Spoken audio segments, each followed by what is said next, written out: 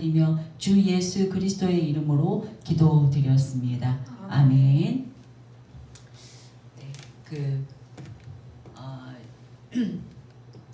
저희가 지금 교회를 다니는 사람들 중에 매주 그 예배도 참석하고 11조도 열심히 하시고 또 교회 일에 열심을 내는 사람들이 많이 있습니다. 그 사람들이 모두 가식적이고 위선적인 것은 아니지만 개중에는 가식과 위선으로 자신의 어떤 사회적인 위치를 위해서 열심히 사람들도 있습니다. 또한 위선인지도 모르고 그것이 그저 거룩하게 보이면 좋은 것인 줄 알고 또 신앙생활하는 사람들이 있을 것으로 생각합니다. 이들은 자신의 잘못을 모르는데 회개할 수 있을까요? 그들은 교회 열심히 다니고 또 이렇게 예배 잘 다니고 봉사 열심히 하면은 회개 이렇게 다 이제 구원받는 줄 알고 있기 때문에 자신의 잘못을 모르는데 어떻게 회개할 수 있겠습니까? 네, 그렇죠. 자신의 잘못을 정확하게 모르면은 죄를 고백할 수 없습니다.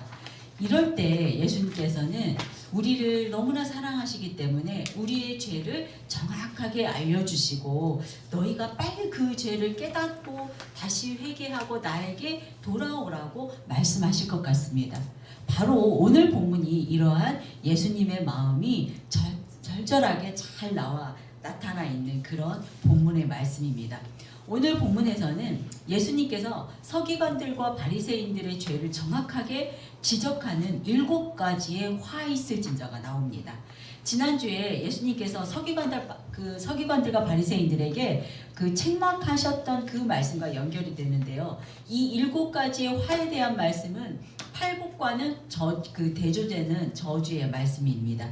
첫 번째 화에서 7번째 화로 갈수록 그 강도가 점점 더 심화가 되는 그런 구조입니다. 그리고 특이하게도 외식하는 자라는 그 단어가 5번이나 나오는데요. 외식하는 자의 뜻이 뭐냐면 연극 무대의 그 주인공처럼 자신을 꾸미고 자신을 내세우고 싶어하는 사람 또는 그 어떤 자신이 어떤 대단한 무엇인가 되고 싶어하는 그런 사람들을 표현할 때 쓰는 단어였습니다. 즉 서기관과 바리새인들이 겉으로는 뭐 경건하게 보이지만 화려하게 보이지만 속은 그 하나님에 대한 어떤 진정한 경외가 없이 부패한 신앙인들이라는 것을 볼 수 있습니다.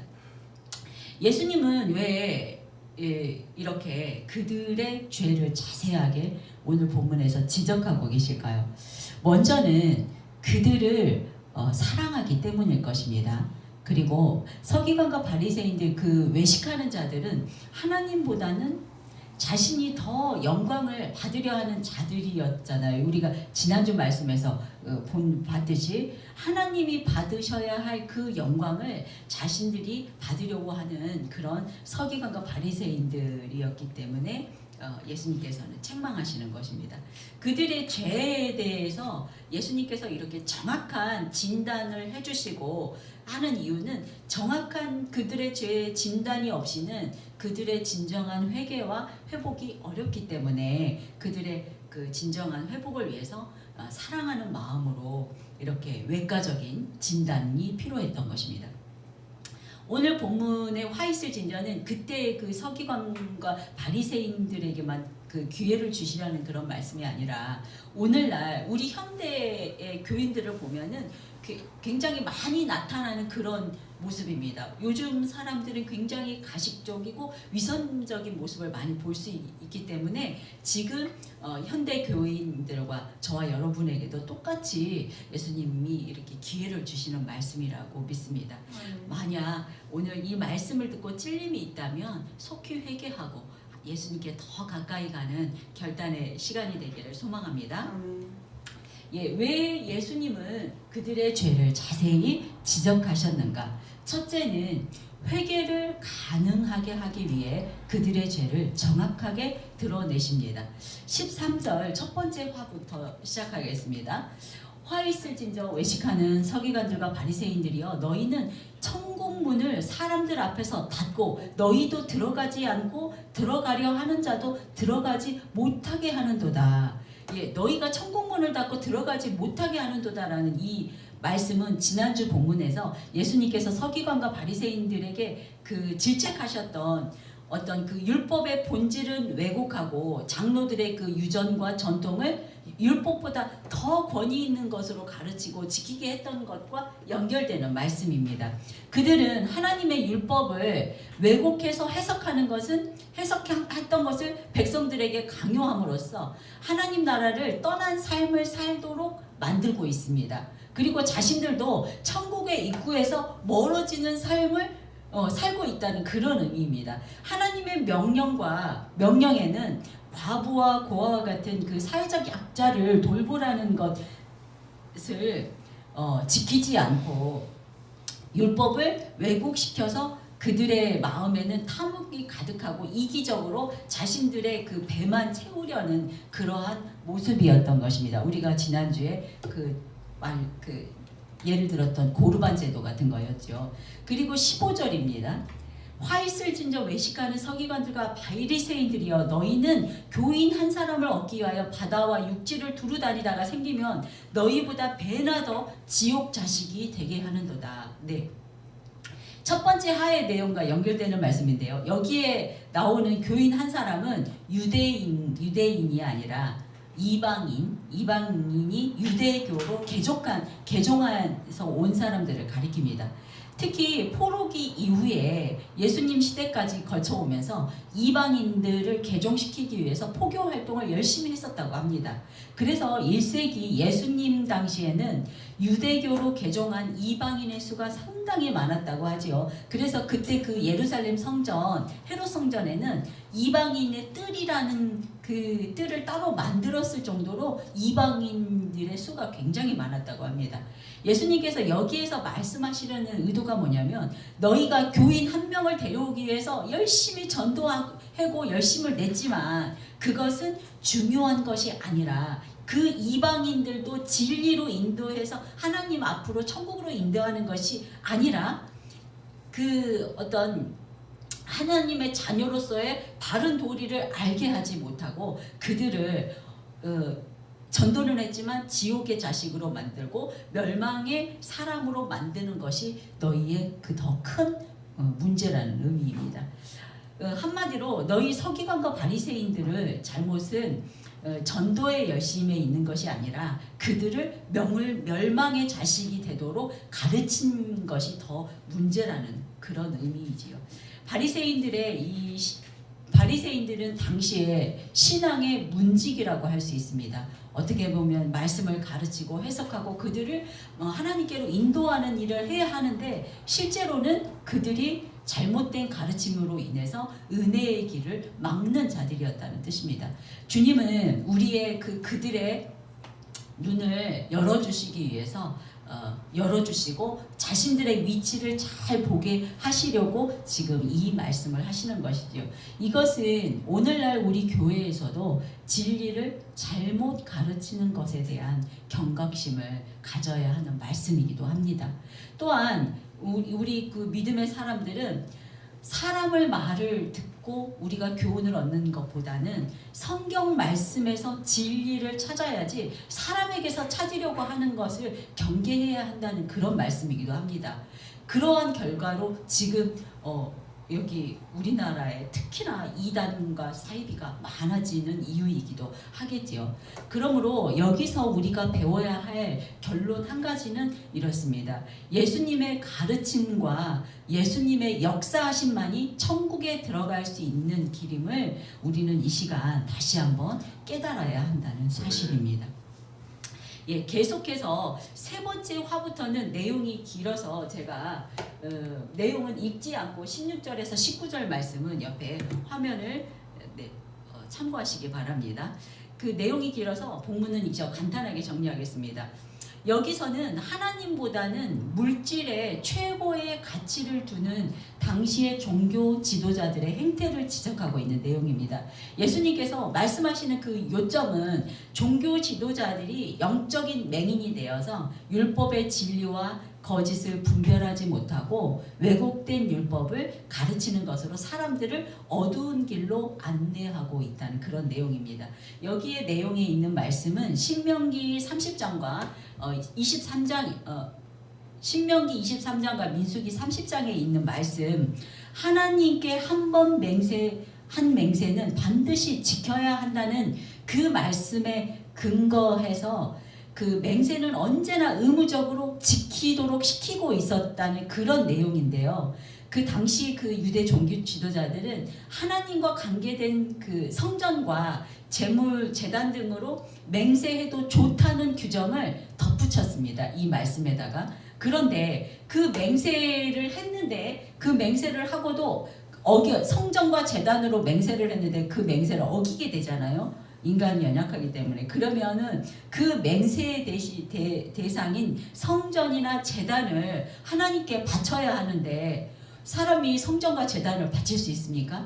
못 바치잖아요. 그래서 또 거기에다가 그 규정에다가 살짝 그 건물로 된 성전이나 제단은 안 지켜도 바치지 않아도 된다고 유보를 시킨 것입니다. 그러니까 앞뒤가 말이 맞지 않잖아요. 그리고서는 그 뒤에 있는 그 성전의 금으로는 맹세를 하게 합니다. 그리고 성전의 금으로 하는 맹세는 반드시 지켜야 한다고 가르친 것입니다. 너무 속보이는 그 내용이잖아요.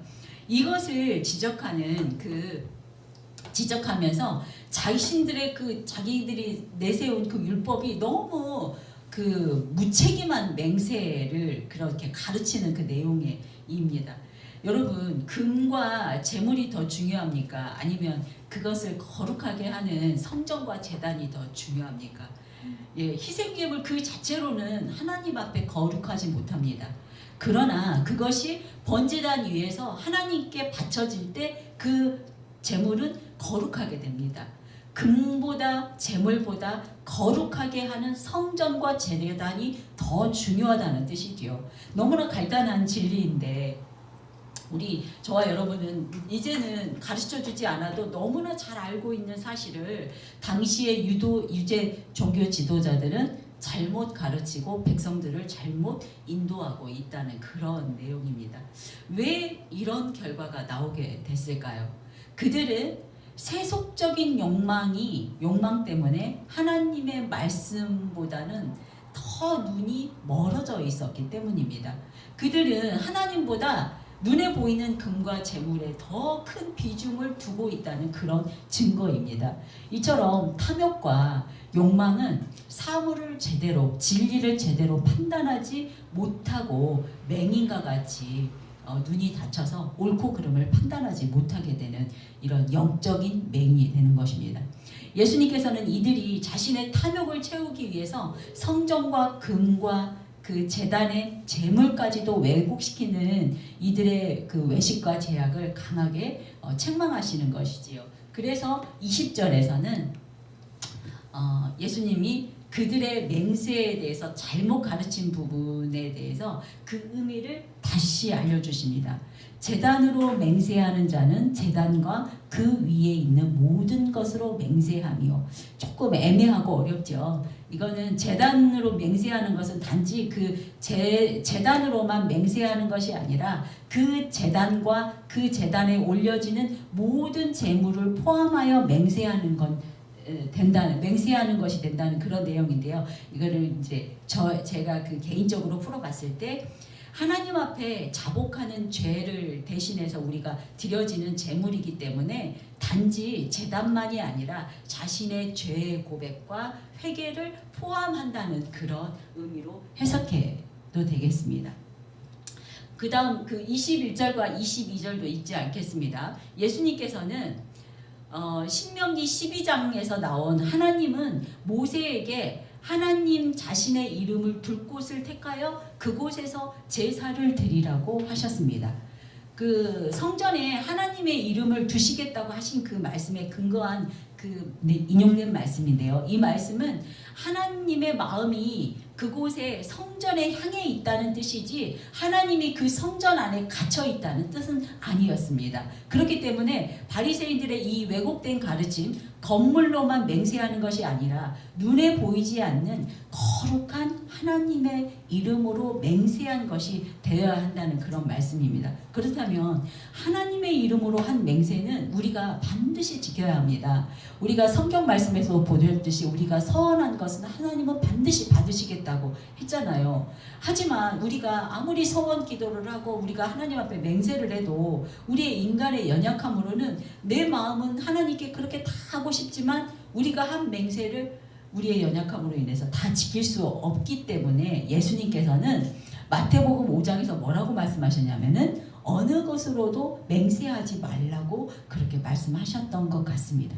하나님은 언제나 이렇듯 우리의 삶을 세밀하게 관찰하시고 비추시고 계십니다. 그렇기 때문에 내가 살아가면서 그분 앞에 내 삶이 비추어진다는 그런 뜻입니다. 그래서 우리의 삶에 구체적인 어떤 영역들이 있습니다. 우리가 사용하는 말들이라든지 또 사람 사이의 관계라든지 우리 마음속에 깊은 곳에서부터 올라오는 우리 그 탐심과 욕망과 그런 죄된 것들을 하나님께서 어느 순간 딱 건드리실 때가 있습니다. 그럴 때는 하나님이 우리에게 정죄를 하는 것이 아니라 회개의 기회임을 깨닫고 하나님 앞으로 더 회개함으로 더욱더 나가시기를 바라는 하나님의 마음이신 것입니다. 네, 그래서 우리가 여기에서 21절, 22절에서 말하는 어떤 그 하나님 앞에 하는 그 맹세와 서원들은 함부로 하지 말고 혹시 내가 실수를 했을지라도 거기 앞에서는 자유함으로 주님 앞에 이렇게 회개함으로 다시 나아가라는 그런 말씀일 것입니다. 왜 예수님은 그들의 죄를 이렇게 자세하게 지적하셨는가? 둘째는 본질을 회복시키기 위해 하나님의 마음을 다시 세우십니다입니다. 그 23절과 24절의 말씀 제가 읽어드리겠습니다. 화 있을진저 외식하는 서기관들과 바리새인들이여 너희가 박하와 회양과 근체의 11조를 드리되 율법에 더 중한 바 정의와 긍휼과 믿음은 버렸도다. 아멘. 바리새인들이 아주 작은 일들을 취하느라 정말로 중요한 것을 소홀히 하고 있다는 것을 지적하는 말씀인데요. 박하와 회양과 근체 지난주에도 잠깐 다뤘지만 뭐 콩나물과 이런 나물들의 11조까지 다 걷어 이렇게 지키라고 이렇게 말을 하면서 원래 율법 책에는 이런 박하와 회양과 근체의 11조는 내라는 말은 기록되어 있지 않다고 합니다. 그런데 서기관과 바리새인들은 그 식물들의 11조마저도 엄격하게 떼어서 드리도록 가르치고 했었습니다. 예수님께서는 이러한 종교적 열심이라는 그 자체는 실은 나쁜 것은 아니다. 하나님 앞에 드려지는 그 예물들에게 이런 것까지 사소한 것까지 열심히 낸다는 것은 그만큼 하나님 앞에 더 이제 똑바로 살려는 그런 마음이 있다고 인정을 합니다. 그렇지만 정작 중요한 것은 너희 마음 안에 너희 삶 안에 정의와 긍휼과 믿음은 저버리고 있다는 그런 말씀이지요. 미가서 6장에 여호와께서 내게 구하시는 것이 오직 공의를 행하며 인자를 사랑하며 겸손히 내 하나님과 함께 행하는 것이 아니냐라는 그 말씀에 근거한 그 말씀에 대해서 말씀하고 계시는 것입니다. 그런데 당시 서기관과 바리새인들은 율법의 그 근본 정신은 저버리고 율법의 형식적인 것에만 열심을 내고 있는 모습을 지적하고 있는 것이지요. 그렇지만 예수님은 여기에서 그 율법을 폐하지는 말라 하시고 지속적으로 행해야 하신다고 말씀하십니다. 뭐 회양과 근처에 11조는 하지 않겠지만은 그래도 구약에 나와 있는 그 모든 말씀들은 계속해서 지켜야 한다는 말씀이지요. 그래서 23절 후반부에 보면은 이것도 행하고 저것도 버리지 말아야 할지니라 라고 이렇게 말씀하신 것입니다. 24절에 맹인된 인도자가 하루살이는 걸러내고 낙타는 삼킨다고 하지요. 여기에 나오는 하루살이는 그 당시에 포도주에서 번식하는 그런 모기같이 생긴 그런 그 하루살이를 말하고 그런데 그 구약에서는 곤충은 부정한 것이기 때문에 먹어서는 안 된다고 하기 때문에 포도주를 만들 때 아주 철저하게 걸러냈다고 합니다. 그런데 낙타도 부정한 동물입니다. 낙타도 굽이 갈라진 부정한 것이기 때문에 먹지 못하는 동물인데도 이 포도주의 이런 날파리 하루살이는 잘 걸러내면서 이 낙타 또한 부정한 동물을 삼킨다고 표현을 하지요. 조금 과장된 표현인데 왜 이렇게 말씀하셨냐면은 이들이 율법에 어긋나는 엄청나게 어긋나는 큰 부정한 행동을 아무런 꺼리낌이 없이 했다는 그런 내용을 이렇게 가장되게 표현한 것입니다. 낙타를 부정한 동물을 삼키고 있다는 뜻이지요. 이것은 마치 지금 우리 현대사회에서 우리 교인의 모습도 아닐까 이렇게 생각해 보았습니다. 우리들이 교회는 열심히 나가서 예배를 드린다고 매주 교회 마당은 밟지만 한편으로는 우리가 세상을 살아가면서 세상 풍조에 따라 돈만 사랑하는 것이라든지 이 시대에 너무나 만연한 그런 간음죄라든지 너무나 막 그렇게 흥청망청 이러한 생활들을 아무런 양심의 가책도 없이 죄를 짓는 것과 같지 않을까 하는 생각이 들었습니다. 이 말씀을 통해서 하나님 앞에 회개하고 돌아오는 은혜가 있기를 소망합니다. 네, 25절, 26절은 다섯 번째 화입니다. 화 있을진저 회개하는 서기관들과 바리새인들이여 잔과 대접의 겉은 깨끗하되 안에는 탐욕과 방탕으로 가득하도다. 눈먼 바리새인이여 너는 먼저 안을 깨끗이 해라. 그리하면 겉도 깨끗하게 되리라. 이 다섯 번째 화는 서기관과 바리새인들이 내적인 정결에는 관심을 두지 않고 오직 외적인 정결에만 관심을 두는 그런 내용입니다. 그들이 겉모습과 그 외부로 나타내는 행동은 깨끗해 보이고 또 거룩한 채 하면서 그런데 그 속마음에는 온통 탐욕이 가득하고 막 금을 좋아하고 방탕으로 가득 채우고 있다는 위선적인 모습을 나타내는 그런 질책의 말씀입니다. 이 내면에 동기가 되는 우리가 어떤 행동의 동기가 되는 마음을 중요하게 여겨야 한다는 그런 말씀인데요. 그래서 너희는 그 내적 자아를 성결하게 하라고 하는 그런 예수님의 말씀입니다. 왜 그렇습니까? 마음과 어떤 영혼의 내적 성결을 이루지 못하면 외적으로 아무리 예쁘게 포장을 해도 깨끗하지 않는 그런 여전한 죄인이기 때문입니다. 그렇기에 성전인 우리의 마음을 깨끗하게 우리는 날마다 해야 하겠지요. 결론은 외적으로 깨끗하게 하기 위해서는 우리 내적으로 영적으로 먼저 성결해야 한다는 말씀입니다. 우리가 우리의 불의의 모든 근간인 우리의 내적 그 성결은 나 스스로는 우리가 이룰 수가 없습니다. 그렇기 때문에 예수님을 닮아야 하고 예수님의 도움을 받아야 하고 예수님의 보혈의 은총을 입어야 합니다. 오직 예수님만으로 우리의 내적 또 영적인 성결이 가능합니다. 그러므로 연약한 우리는 예수님으로 우리의 마음을 채워야 합니다. 우리의 하나님으로 우리의 그 내면의 성전을 다시 세워야 합니다. 하나님 앞에 나아가서 우리가 긍휼을 가며 우리의 마음의 성전을 깨끗하게 거룩하게 이루는 저와 여러분이 되기를 축원합니다. 네, 예수님은 그들의 죄를 왜 지적하셨는가? 세 번째, 위선을 깨뜨리기 위해서 겉과 속의 괴리를 폭로하고 계십니다. 27절과 28절 말씀입니다. 제가 읽지 않겠습니다. 유대인들은 죽으면 시체를 잘 걷어서 무덤을 아주 잘 만들어 놓는 풍습이 있습니다. 그 이유가 뭐냐면은 유대인들은 의인이 죽으면은 마지막 때에 하나님이 부르실 때 다시 살아날 것이라고 믿기 때문에 예루살렘에 가면은 무덤이 너무나 많이 있다고 합니다. 마을 옆에 바로 무덤이 만들어져 있지요. 그래서 그 무덤은 순례자들이 몰려드는 그 6월절 막 몇백 명이 모일 때 그 6월절 전에 매년마다 무덤을 새롭게 그 하얗게 회칠을 한다고 합니다. 그러니까 거기 무덤은 너무나 그 아름답게 하얗게 잘 장식이 되어 있습니다. 왜냐하면 사람들이 지나가면서 무심결에 그 무덤을 접촉하면은 그 시체를 접속한 것으로 만진 것으로 보고 7일 동안 부정하기 때문에 성전에 들어가지 못합니다. 그래서 그 회칠한 무덤을 하얗게 해놓고 잘 보여서 잘 피해 다니라는 그런 의미가 있습니다.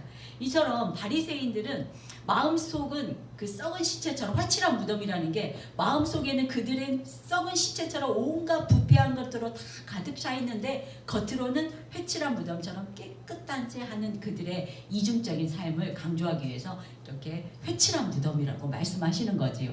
그 당시에 유대 백성들은 이 서기관들과 백성들의 겉으로 보이는 그 외적인 그 경건의 모습을 보고 그들이 의롭고 올바른 사람들이라고 생각했었지만은 실제로는 예수님이 보기에는 회칠한 무덤 같다 이렇게 하시는 것입니다. 그들의 내면에는 썩은 시체와 같이 너무나 불법으로 가득하다는 것이죠. 6번째 화도 5번째 화와 마찬가지로 서기관과 바리새인들의 이 외식적인 위선에 대해서 질책하시면서 회칠한 무덤이라고 하십니다. 네, 우리들도 그렇잖아요. 너무 위선적인 사람을 너무나 싫어하잖아요. 그런데 이들이 그렇습니다. 우리들도 상대하기 싫은 사람이 이리가 겉과 속이 다른 사람이잖아요. 나 자신의 위선적인 모습을 이 시간 회개하는 저와 여러분이 되기를 소망합니다.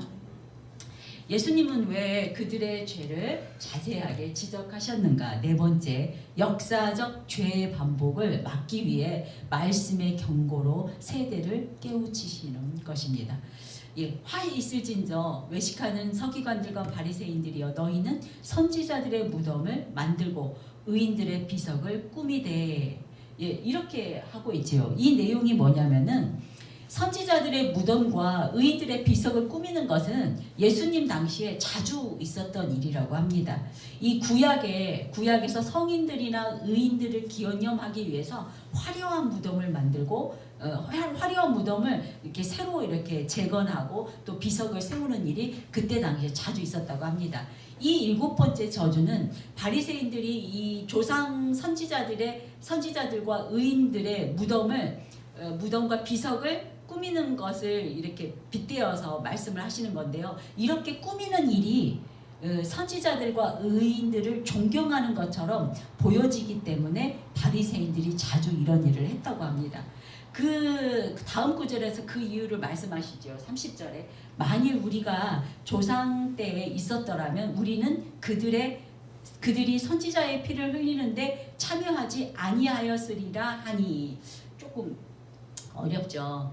어려운 문장인데요. 29절과 30절은 서기관과 바리새인들이 그 의로운 조상 선지자들을 위해서 무덤과 비석을 꾸몄다고 아까 그 말씀드렸죠. 그런 모습들을 사람들에게 보여줌으로써 자신들은 의로운 선지자들을 죽인 악한 조상들과는 다르다라는 것을 나타내는 행동이었다고 합니다. 그것을 지적하시는 거죠. 그들이 자신들은 악한 선지자들과는 다르다는 거, 하지만 실제로 이들의 행동을 보면은 그 예수님 당시에 세례 요한 의인이었잖아요. 세례 요한을 질시하고 또 예수님을 아주 모함한 것으로 볼 때 악을 행했던 악한 조상들과 너무나 닮아 있다는 그런 모습을 볼 수 있습니다.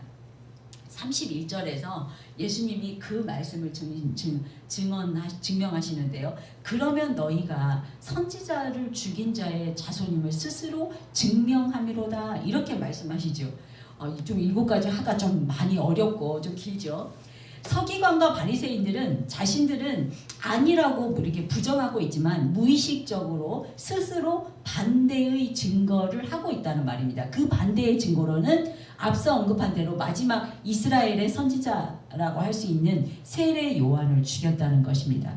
그리고 메시아이면서 최대의 선지자이신 예수 그리스도까지 음해함으로써 선지자들을 죽였던 그 악한 조상의 모습을 답습하고 있다는 것을 말씀하고 계시는데요. 그들은 그들의 조상과 다르다고 말하고 있지만 실제적으로는 악한 조상들을 조금도 다름이 없이 그 자신들을 그렇게 하고 있는 것을 스스로 증명하고 있었던 것입니다.